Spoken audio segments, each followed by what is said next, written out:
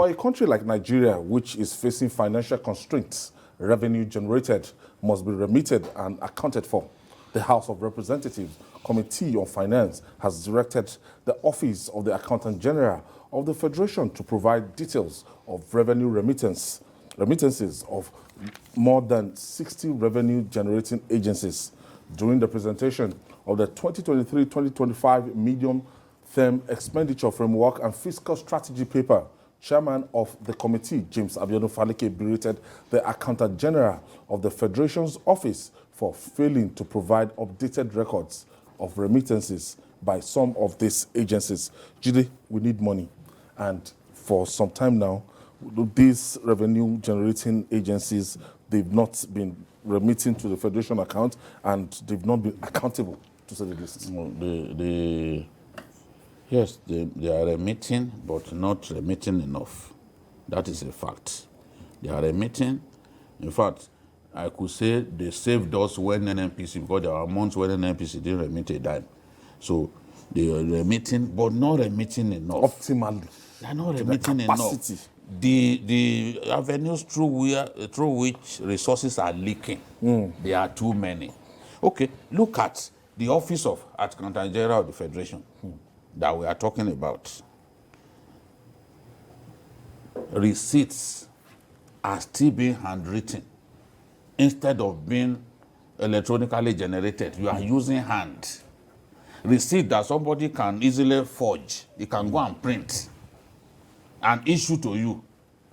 Look at the arguments when they met Faleke and Co. The FRSC man said that they remitted over 2 billion to the Federation account. The director from the Office of the Accountant General said it was 1.6. Where is the rest? The rest, certainly not less than 500 million. Where is it? We need to find out where 500 million plus ended. If there is argument between these two men as per what was generated, what was remitted, then we must get to the truth of the matter. In this age and time, you are using hand to write receipts, hand generated. There's nothing that allows for fraud more than that. Why do last mile officials, when they catch you, even though sometimes they behave in irresponsible manner, when they catch people, even for sometimes when you didn't commit offense, the next thing they do is to quickly issue receipt. They know that once it has gone into the system, there's nothing you can do. It's a fait accompli. You must pay. Where last man will grab someone and say you committed obstruction, whereas you are on your lane. It's your word against theirs. Or how is this said? Then you go there to make sure once they write that receipt, it's gone. It has entered their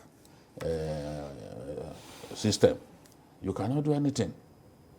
So we have more than 60 revenue generating agencies. But if you subject each of these revenue generating agencies to a thorough scrutiny, you will see that people are actually enemies of our country. They are not allowing us to maximize the advantages of having these agencies. And now we have a big problem with revenue, a situation in which debt servicing outstrips our revenue. What do we do? We've got to focus now. That's why you read what the DMO, woman said, that we must focus now on revenue generation because we are in trouble. How we are going to quadruple it. If we do not focus on revenue generation and increase the capacity of these various agencies to generate into the consolidated revenue account, we will be in trouble. How many loans are we going to take? We are taking loans as if the business of taking loans is getting out of fashion. But what do? Are we now going to be taking loans to even pay debt? Because that is my fear now. If what you are spending servicing your debt, because these debts you must service them, and they are denominated in foreign currency. The bulk of them, the foreign loans at least. Now, if you are not generating enough to match your level of debt repayment, there is no other way. Look at the way Sanusi described it. He said, if your interest is greater than profit, you are in trouble. Your company is in trouble. Fold up. Bankrupt. So this is, you are bankrupt. We are on a cliff. Economically, we are on a cliff. We need to take drastic measures. They need to be more transparent. I expect the Senate to also focus, the Public Accounts Committee of the Senate, they should focus on these revenue generating agents, because we have to hold them here. We are gasping as a country, so we have to hold them. They can do much more than they are doing, and the evidence is there. The evidence is there. They don't even have the record. They asked when they ask for clarification. Okay, you said these people generated 1.6, but they are saying that is 2 billion that they remitted. The man said they should give him more time. Why they give you more time? Why are we still operating archaic accounting analog system and things that should not take us, It's AY. It's very easy. When you do handwritten receipts, it allows them to steal money. Pure and simple. Now, I'll give just one example of when Professor Oloyede came to JAMB. They were writing, using handwritten receipts before he came and said, no, we must digitalize everything. Before he came to JAMB in 2016 or 2017, JAMB was taking 500 million subvention from federal government every year. But in 2017, under Professor Ishaq Oloyede, JAMB remitted 7.8 billion to the federal government. Just because... And it's not a revenue generating... It's not a revenue generating agency. Just because it migrated JAMB from analog to digital. Now, between 2017 and today, JAMB alone has remitted 27.2 billion naira to the federal government. Before then, it's always in deficit. That's just one example. Permanently in deficit. NMPC... And they will still collect that allocation. NMPC is like a law unto themselves. Nobody can query them. Nobody can question them. They have refused to be audited. So they do things the way they want, and nobody can do anything about them. And that is an agency that should be giving the federal government the highest revenue. Yes. Customs, to themselves, to some extent, they have been able to improve on their revenue generation. We have several, the key revenue generating agencies in Nigeria. Just 10 of them can give us more than what we get from crude oil. After all, Of course. UK only lives on tax and levies. Yeah, they don't have depend natural resources. on national resources. So if you look at NMPC, FRS, Customs, DPR, NIMASA, NPA, National Communications Commission, NBC, Federal Road Safety Commission, and immigrations, issuance of passports, to the extent that we can't even produce enough passport booklets for our people. But people who are ready to People are ready to pay. To pay any amount. So who is, like, quote unquote, who is doing us? Talon Shewa. That's why the governor of Kogi said the problem of Nigeria is man-made. Yes. It's man-made. We created the problems for ourselves. We are a wicked Because people. when you have Nigeria Port Authority, when you have FAN, when you have all these big agencies, It reduced, and we still reduced can't match JAMB NNPC. form. The amount paid on JAMB form, he reduced it. In 5 years, he has remitted 27 billion.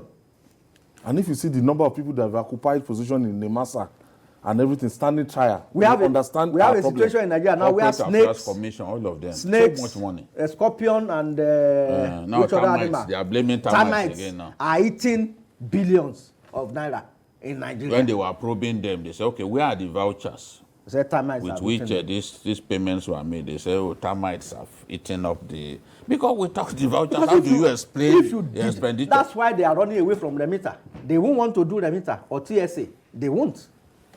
Because they would rather prefer See, Majid, even with the TSA, ICPC discovered so many illegal accounts that have effectively bypassed the TSA. And these are in respect of government parastatals and agencies.